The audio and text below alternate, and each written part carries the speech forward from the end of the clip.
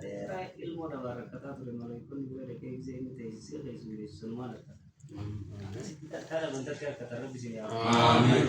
Agar te aska tu berbadi tiga udah berdesain ini Rabbi siapa? Amin. Dia mana kata Rabbi nawa. Amin. Pakai itu Rabbi nawa tu. Amin.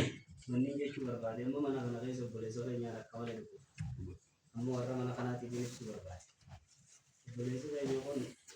Hakim ke asli biru yani ciga di arab dia jadi kurang besar mana jadi kurang besar biara mana yang jiru dia aktif tidak bitaracar be amur rabbi ni satra dengan ni aset rabbi rabbi ni sana le rabbi aqis amin rabbi wa aqis amin akhir ni wa biara ko pasin jiru rabbi rabbi sa aqis amin rabbi sa aqis amin iso te ni tan di anu kana na tu ko communication ni cidi ko ka group ni grup ini gere takkan datang nanti itu atau di luar itu juga.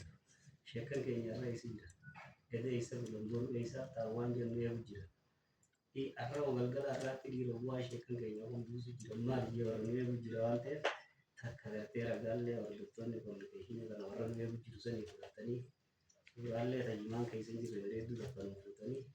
Iya pandang kayak arah orang ini udah dia malah udah asing bukan. Aku boleh sekali dia buat esok Dimi malkaballo fi dimma islamun dalala to son nu bachu da nan ko shey ni ci kam so ni hadiralle wonni so nakol hubbul watani min al iman je rasulli siyalati je fi iman ar-rai tergama gafa garte makkar wa madina galu wodo garte umman ko nabasu ba de ya bi yati yasram bawje innal ladzi alayka al-qur'ana la radduka ila na'bi rabbi rabbi qur'ana sirra buze biyati kafe kana buya to kotu masih dia nanti dia di gitu tokko garte jiro garba takka di nagge to di bebas takka wandira di bebas yero hunde yani samo yero yo angari da geti gamata yo anam ko da ge ni rifata yo qabati ni qoda yo da bidwai boda wani ran tibar ba ilman bi yasani istahi ilman islama khashtika bi yatana wudi yo qabati bi yatani sani ni goda